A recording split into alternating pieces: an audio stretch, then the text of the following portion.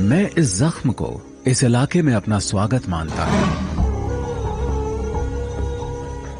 इस जगह को अपना बनाने के लिए मुझे स्कारफेस को हराना होगा।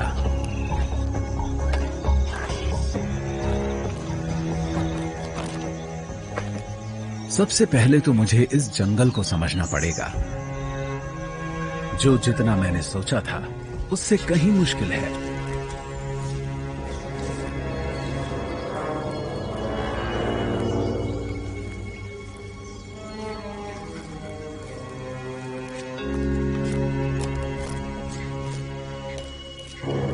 मुझे एकदम खामोश रहना पड़ेगा।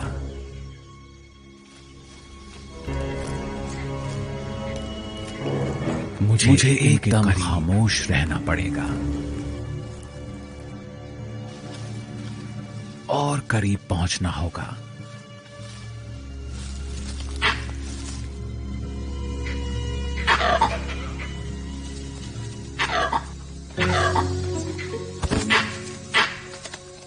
कमाल है,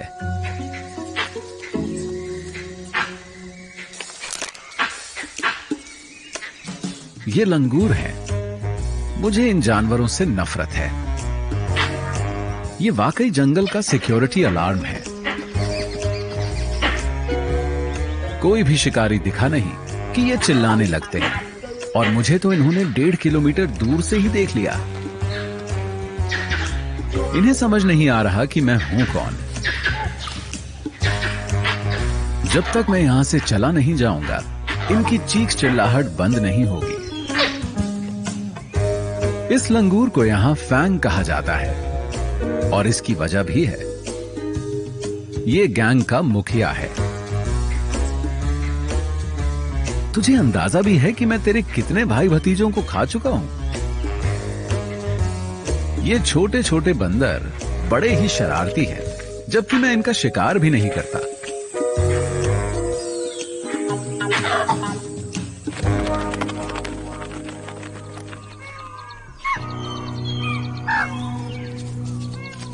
आज के दिन भी कुछ ढंग का खाने को नहीं मिला। ये हिरण इतने नजदीक हैं कि लगता है मैं इन्हें पकड़ ही लूंगा। मुझे इन बंदरों से छिपने का कोई तरीका ढूंढना होगा, लेकिन यह आसान नहीं है। मेरी खाल इतनी अजीब है कि मेरे लिए यहां, खास तौर पर अब शिकार करना एक बड़ी चुनौती बन जाता है, क्योंकि कबीनी में सूखे का मौसम चल रहा है। पेड़ों की पत्तियां झड़ चुकी हैं और जंगल को सूरज ने सुखा दिया है। तो मैं सबको अलग ही नजर आ जाता हूं। मेरे शरीर पर भी धब्बे हैं, सभी तेंदुओं की तरह, लेकिन मेरी बाकी फर काली है। यहां के ज्यादातर तेंदुए मेरे जैसे नहीं दिखते। इसके पीछे एक वजह है। मेरी बात समझ में आई? वो गायब से हो जाते हैं।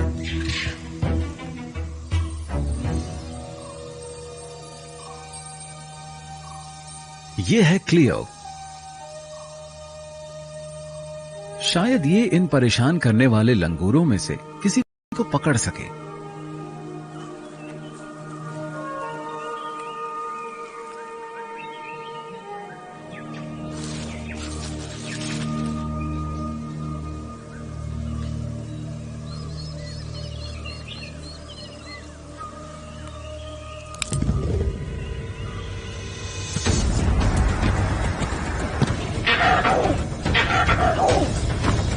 लेकिन इसे देर हो जाती है।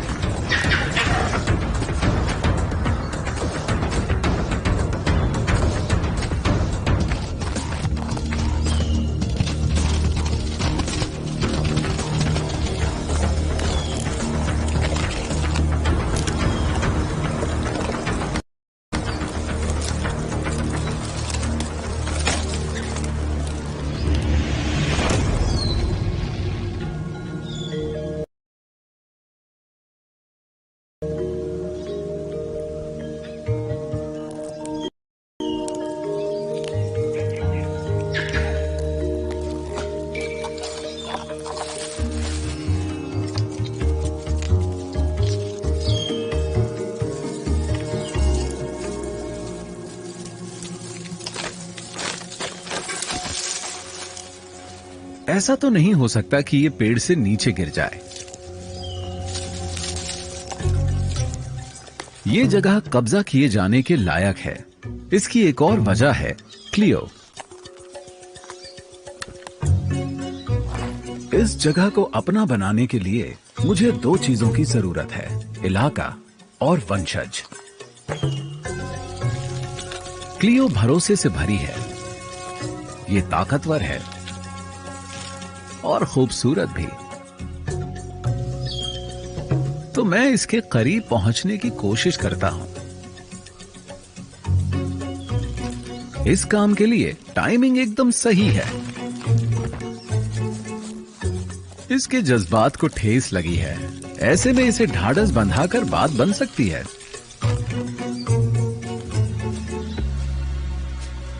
तो मुझे मौके का फायदा उठाना चाहिए।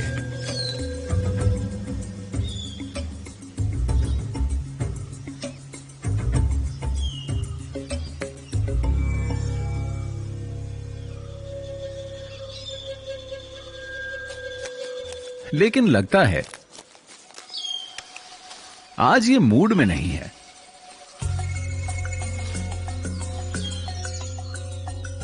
क्लियो इस इलाके में मौजूद सबसे ज्यादा दबदबे वाली मादा तेंदुआ है और इसीलिए ये इसके साथ है, स्कारफेस के साथ। ओह, इन दोनों की तो दाल भी गलती लग रही है। ये दोनों एक ही पेड़ पर हैं, कुछ समझे आप? और मैं यहां नीचे इन जोकरों के बीच हूं।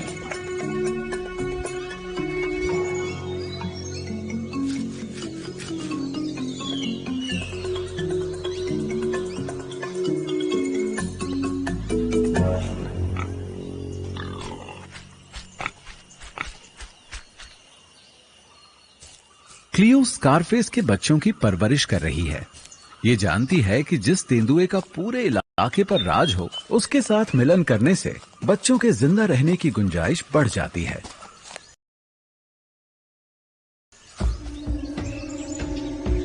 और फिलहाल इस बात को लेकर कोई शक नहीं कि यहाँ का राजा कौन है। स्कारफेस हमें रोज ये याद दिलाता रहता है कि ये साम्राज्य उसका है। अगर मुझे कबीनी जंगल को अपना बनाना है तो मुझे इससे ज्यादा स्मार्ट होना होगा। चुनौतियों के बावजूद मुझे कोई रास्ता निकालना होगा। लेकिन यहां स्कारफेस के अलावा भी बहुत सी मुश्किलों का सामना करना पड़ेगा। भारत के कबीनी फॉरेस्ट में एक चीज और है जो मुझ जैसे ब्लैक पैंथर का यहां रहना मुश्किल बनाती है। वो है यहां की तेज गर्मी। और ऊपर वाले ने मुझे काले रंग की खाल दी है, इसीलिए मुझे बाकी तेंदुओं के मुकाबले ज्यादा गर्मी लगती है। और ये एक बड़ी मुश्किल है। लेकिन फिर मुझे एक ऐसी जगह मिली जहां कुछ राहत हासिल हुई।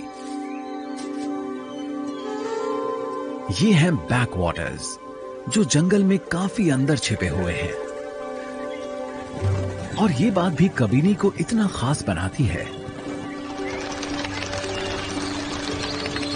इस जगह पर पूरे साल पानी रहता है, सूखे के दौरान भी।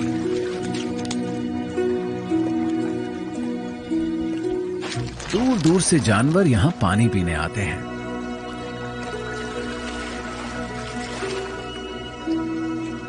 लेकिन एक मुश्किल भी है।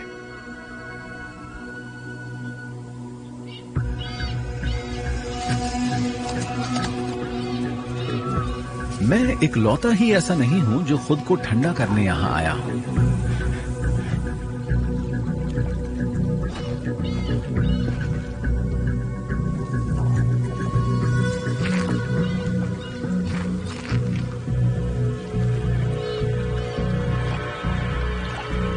ये है खाल।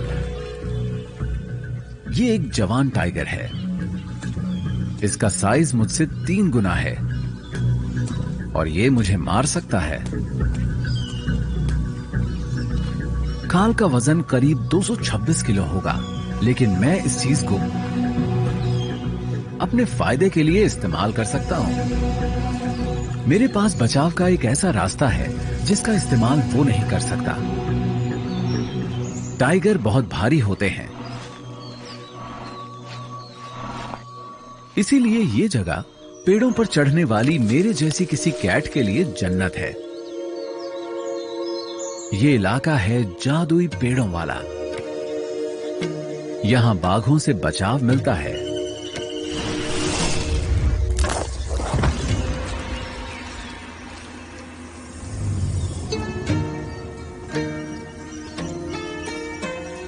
ये है किस्मेट, इसकी रानी।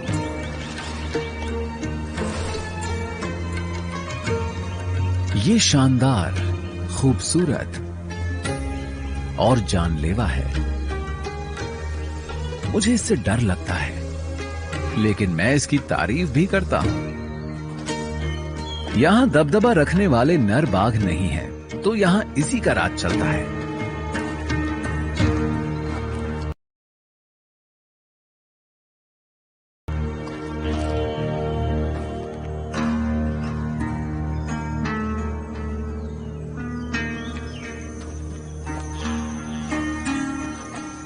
ये यहां अपने 3 बच्चों की परवरिश कर रही है और फिर ये इलाका इसका हो जाएगा।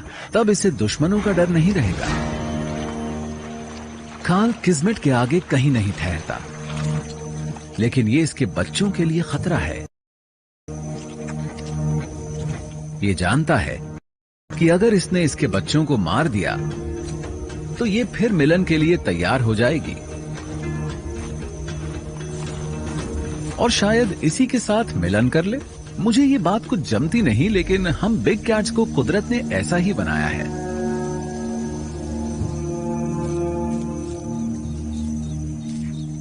किस्मेट चाहती है कि खाल उससे ज्यादा से ज्यादा दूर रहे।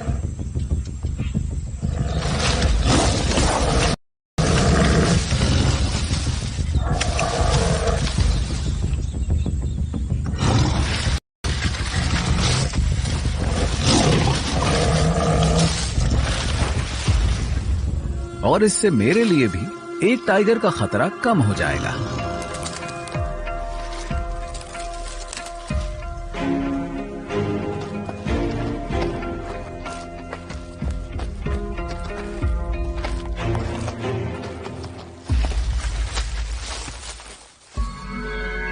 ये सच है कि ये जंगल मुश्किलों से भरा है।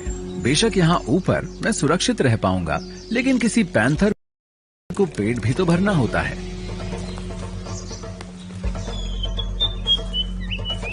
मुझे ये जानना होगा कि जिस जंगल में बाघ घूमते हो वहां शिकार कैसे किया जाए। तभी मैं स्कारफेस से उसका साम्राज्य छीनने के लिए उसे चुनौती दे पाऊंगा।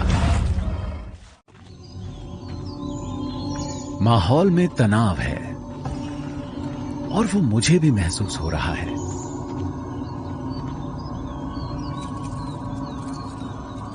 स्कारफेस शिकार करने निकला है। खलनायकों को भी पेट तो भरना होता ही है।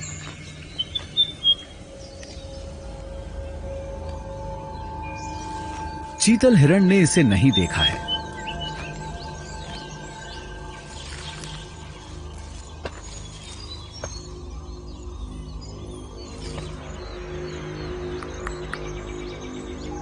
लेकिन मां को खतरे का एहसास हो जाता है।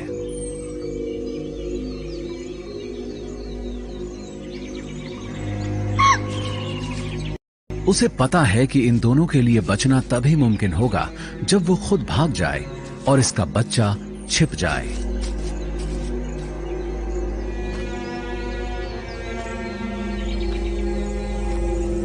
लेकिन ये तरकीब मैं पहले भी देख चुका हूं, और स्कारफेस भी।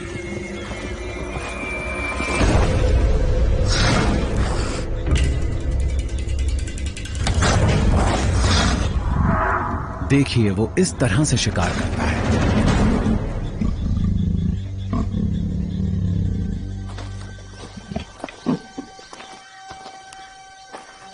इसकी तारीफ करनी पड़ेगी। स्कारफेस एक माहिर शिकारी है और शायद इसकी इसी खूबी ने क्लियो का दिल जीता है।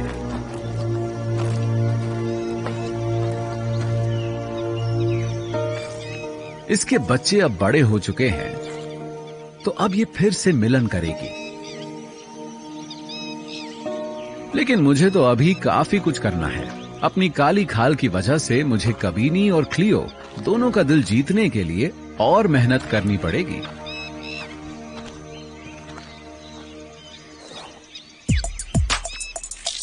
स्कारफेस को पूरा यकीन है कि वो यहां का बॉस है।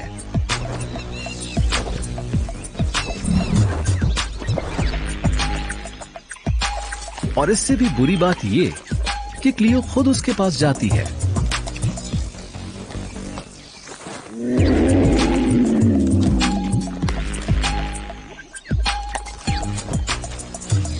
इतना ही नहीं, वो खुद को पेश भी करती है।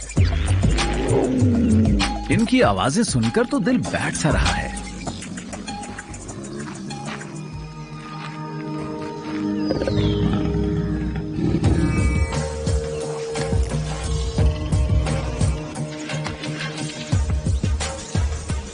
लेकिन रोमांस सिर्फ हम तेंदुओं के दिमाग पर ही छाया हुआ नहीं है।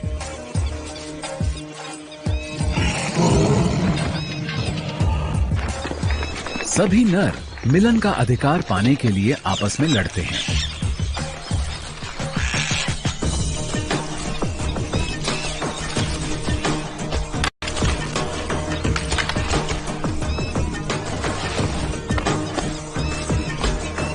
और इनमें सबसे खूबसूरत दिखने वाले नर भी शामिल हैं।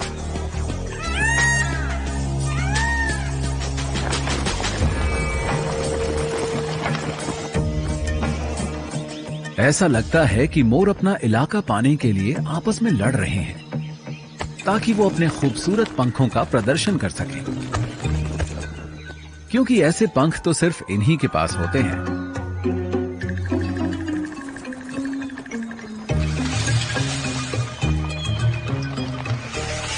लेकिन इसकी बदकिस्मती है कि मोरनी ऐसे पंख न जाने कितनी बार देख चुकी है।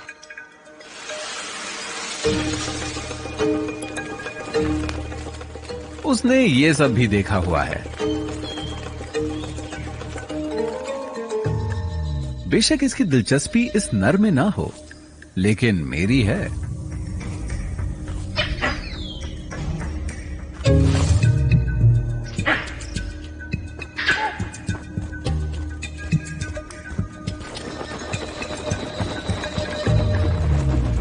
धत तेरे की, इन लंगूरों ने फिर मेरा खेल खराब कर दिया।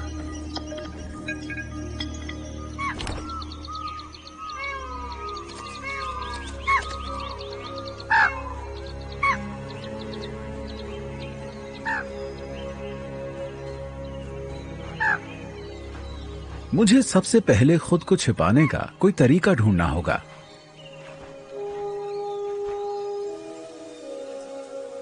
लेकिन शायद हालात बदलने वाले हैं। मुझे ऐसा एहसास हो रहा है।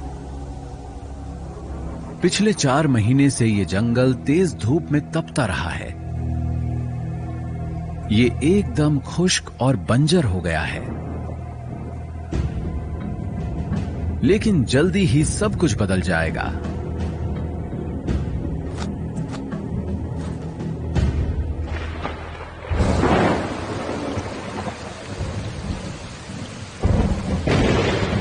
क्योंकि मॉनसून आ पहुंचा है।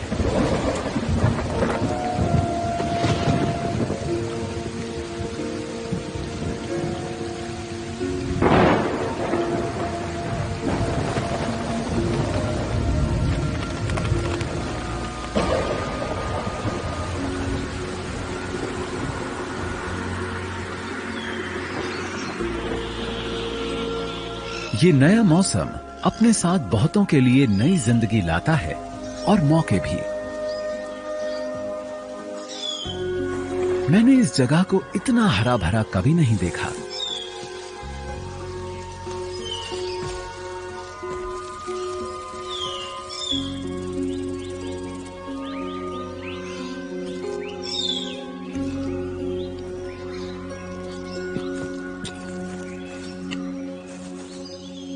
लेकिन मैंने बारिश के इस मौसम में एक और चीज भी देखी है। ये है बादल और इतनी सारी पत्तियां जिनसे छाया मिलती है। ये हर कहीं है और इनके कारण दिन में भी अंधेरा सा रहता है। इस तरह मैं खुद को यहां छिपा सकता हूं।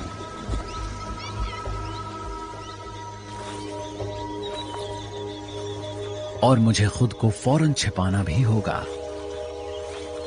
सामने किस्मत मौजूद है और मैं इस वक्त जमीन पर हूं।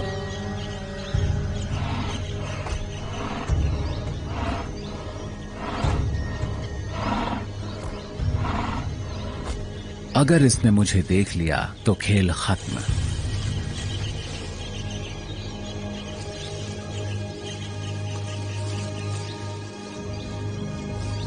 तो मैं खुद को छिपाए रखता हूं।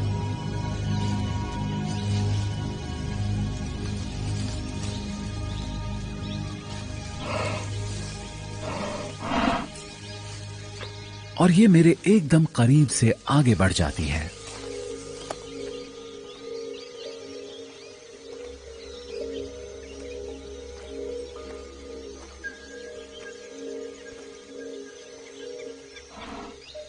लगता है मैंने कबीनी को समझने का तरीका ढूंढ लिया है। लेकिन एक और जानवर है जिससे ये जंगल सहमा रहता है और खुद को छिपाकर मैं इसे धोखा नहीं दे सकता। अगर इसकी आवाज सुनाई दे तो मेरी तरह भागने में ही भलाई है।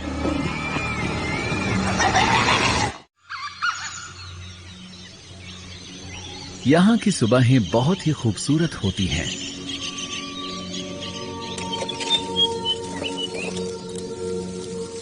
हर चीज धुंध की चादर में लिपटी होती है। लेकिन इन हालात का फायदा उठाने वाला यहां सिर्फ मैं ही नहीं हूं। ये अलार्म कॉल्स मुझे लेकर नहीं दी जा रही।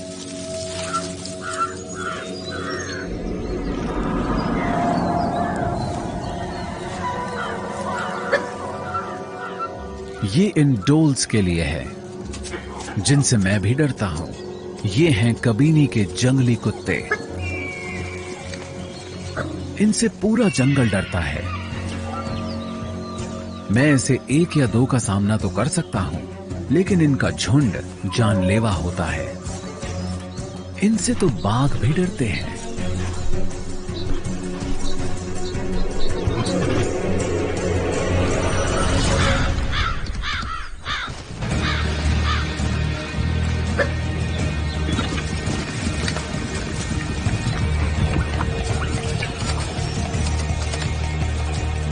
घनी झाड़ियां भी मुझे इन जानवरों से नहीं बचा सकती।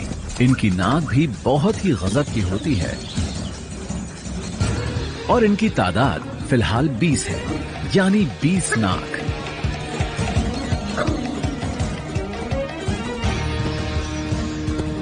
तो एक ही रास्ता है,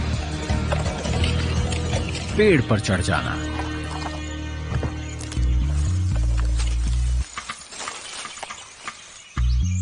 तू नहीं चढ़ पाएगा। इससे आगे इसका पहुंचना नामुमकिन है। डोल्स को कुदरत ने पेड़ों पर चढ़ने की खूबी नहीं दी। उनके पास इस काम के लिए ना तो नाखून होते हैं और ना ही मसल्स।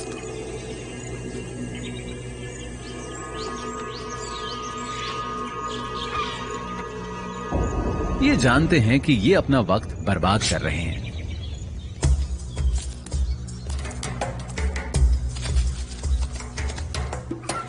लेकिन अब ये कहां जा रहे हैं? ओह, इनका झुंड तो बैकवाटर्स की तरफ जा रहा है। वहां इन्हें जो मिलेगा उसे अपना शिकार बना लेंगे।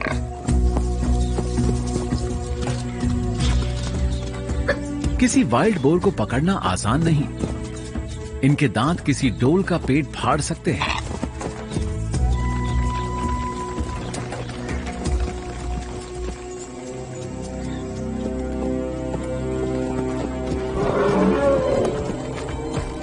और तभी जैसे बड़े बड़े ये हाथी भी इन्हें भगाने के लिए आ पहुंचते हैं।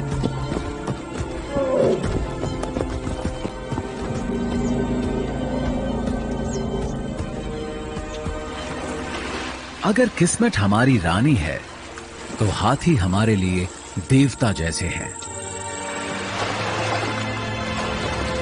ये आपस में मिलने जुलने और साथियों को ढूंढने के लिए बैक वाटर्स पर इकट्ठे हो जाते हैं।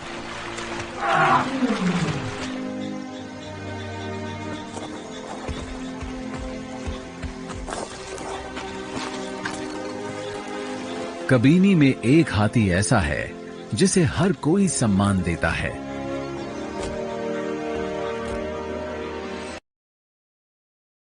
इसका नाम है बोगेश्वरा और कहते हैं कि एशिया में इसके दांत सबसे लंबे हैं। यहां भी हाथियों का शिकार वैसे ही किया जाता है जैसे कई दूसरी जगहों पर। ये पूरा दिन कबीनी के घास के विशाल मैदानों में चरते रहते हैं। शायद ये शाकाहारी जीव होंगे। तू नहीं चढ़ पाएगा। इसके दांत बेशक बड़े हैं, लेकिन डोल्स सिर्फ झुंड से ही डरते हैं। भला ये इतने बड़े जीव को क्यों खिंचा रहे हैं? इसकी वजह इलाका है या फिर ये इन्हें शिकार समझते हैं? कौन जाने। डोल्स सिरफिरे होते हैं।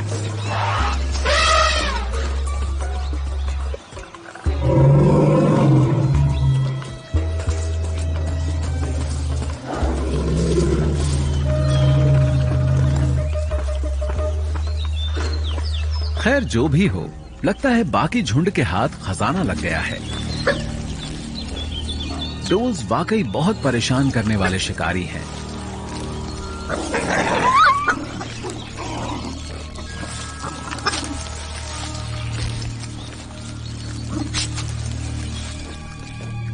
हम तेंदुए हाथियों के साथ नहीं उलझते।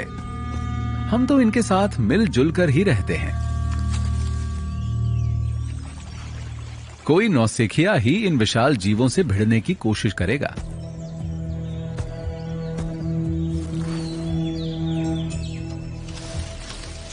लेकिन अगर बात गुस्सैल और कम उम्र बाघ की हो तो मसला कुछ और है।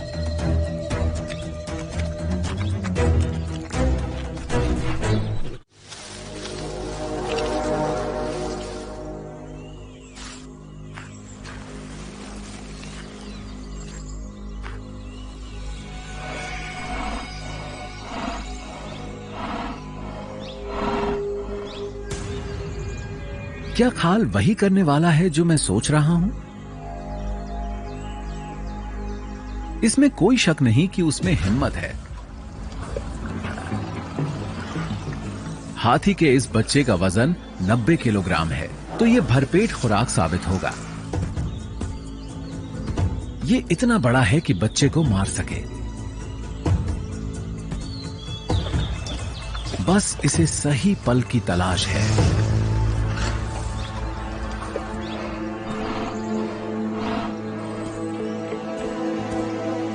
तो भला कोई टाइगर 10 टन वजनी किसी हाथी के करीब तक छुपकर कैसे पहुंचेगा?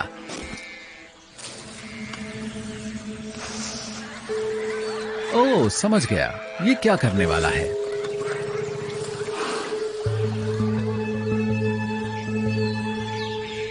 और ये भी समझ गए हैं।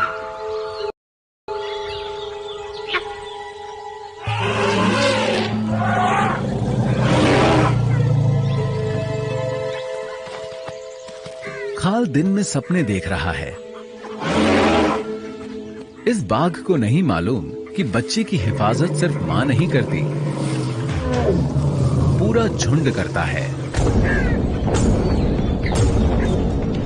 हाथियों के हक में उनका साइज, उनका दिमाग और उनकी संख्या है।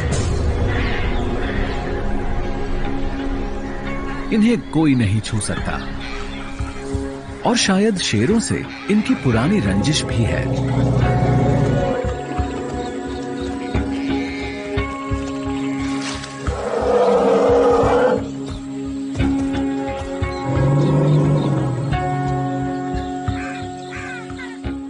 खाल वो ये बात भूलने वाले नहीं हैं।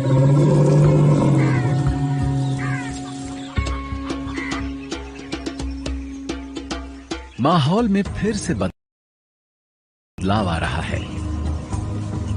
मॉनसून का मौसम खत्म हो रहा है। इससे पहले कि कबीनी का जंगल सूख जाए, हर कोई मौजूदा वक्त का भरपूर फायदा उठाने की कोशिश में है।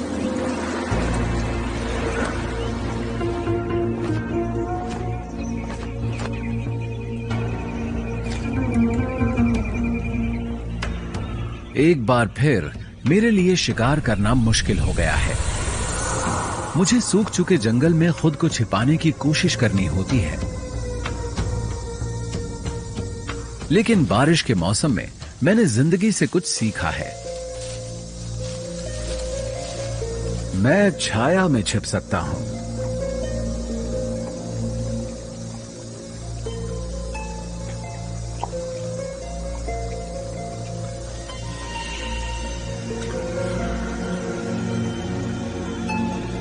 तो सूखे के मौसम में भी मैं अंधेरा ढूंढ सकता हूं। अब ये मेरी दुनिया है। अब मेरे पास एक रणनीति है। सबसे पहली बात, मुझे इन खुराफाती लंगूरों की नजर से बचकर रहना होगा। ये पूरे जंगल में ये बात फैला देते हैं कि मैं शिकार पर निकला हूं, पर मैं अब अपनी साथी छाया का इस्तेमाल कर सकता हूं।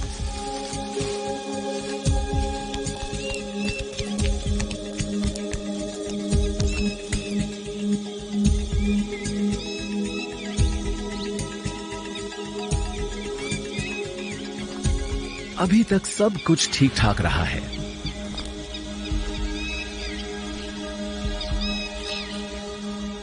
कोई अलार्म कॉल नहीं आई है।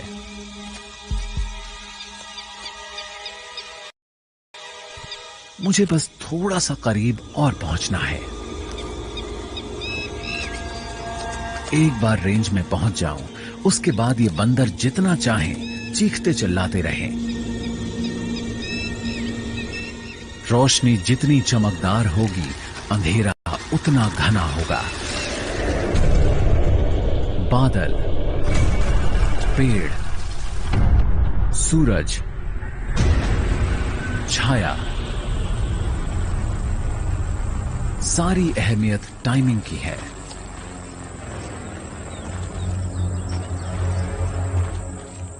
अब हमला करना होगा।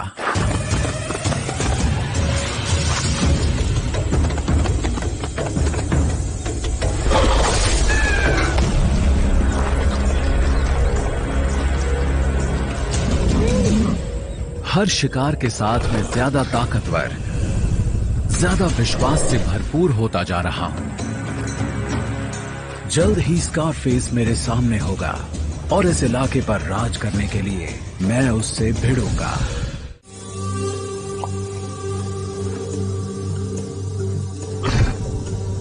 लगता है क्लियो ने शिकार किया है और शिकार काफी बड़ा है। इसके बच्चे बड़े हो चुके हैं, तो शायद ये आखिरी बार अपने परिवार के लिए शिकार कर रही है। लेकिन ये घबराई हुई है। इसके बच्चे छिपे क्यों हुए हैं?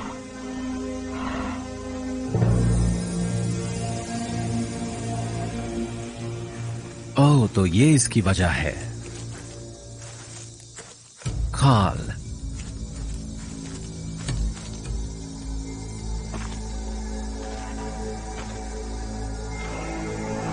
अगर उसने इसके यहां होने का पता लगा लिया तो वो इसे और इसके बच्चों को मार देगा। तो इसे झटपट बच्चों को यहां से निकालना होगा। खाल हिरण को खाता है तो खाता रहे।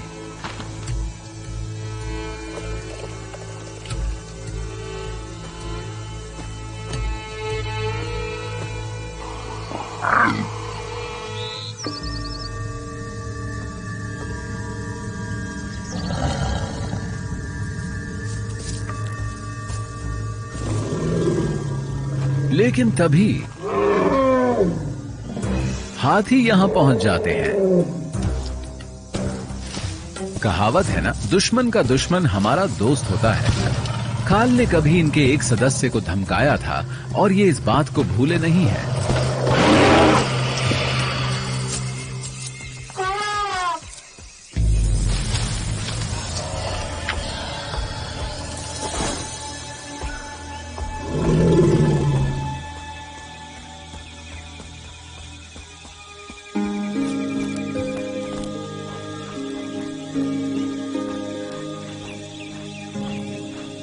पता नहीं क्लियो को ये मालूम भी है कि नहीं कि इस पूरे वक्त मेरा दिल सिर्फ इसी को चाहता रहा है।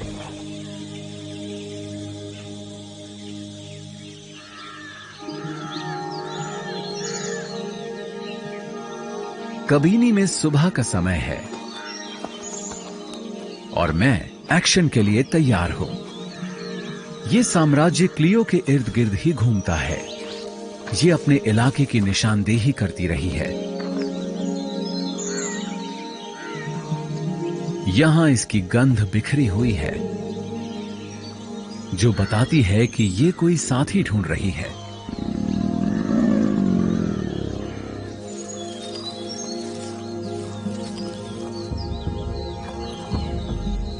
स्कारफेस समेत कोई दूसरा तेंदुआ भी ये बात जानता होगा।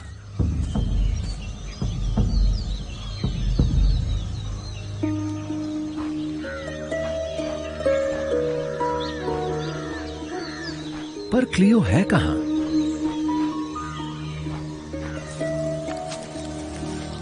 ओह, ये रही।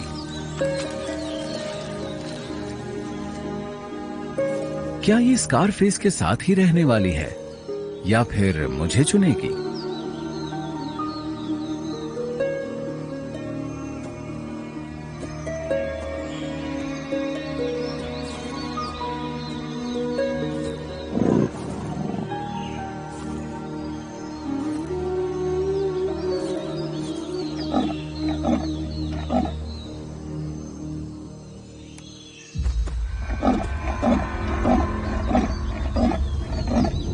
ये तो स्कारफेस की आवाज है।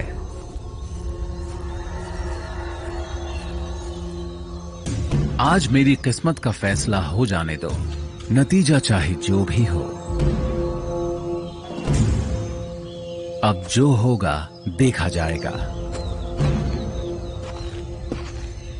और अब ये जंगल मेरा होने वाला है।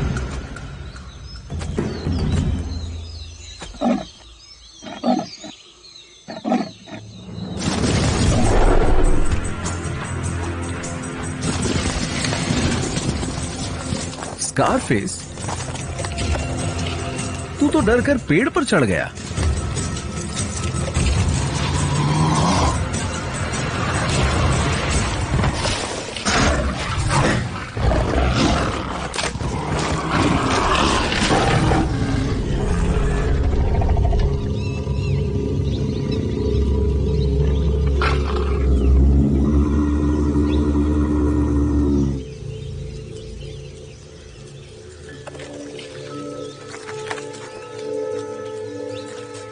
सॉरी स्कारफेस,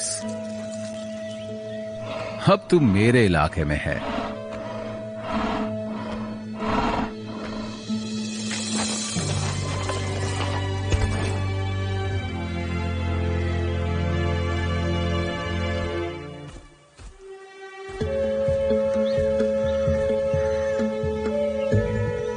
और क्लियो, अब तेरी मेरी जोड़ी इस जंगल पर राज करेगी।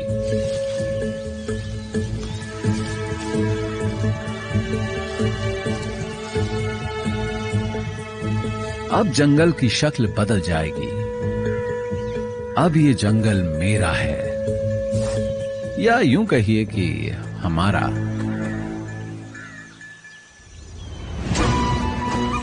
जंगल इसका भी है।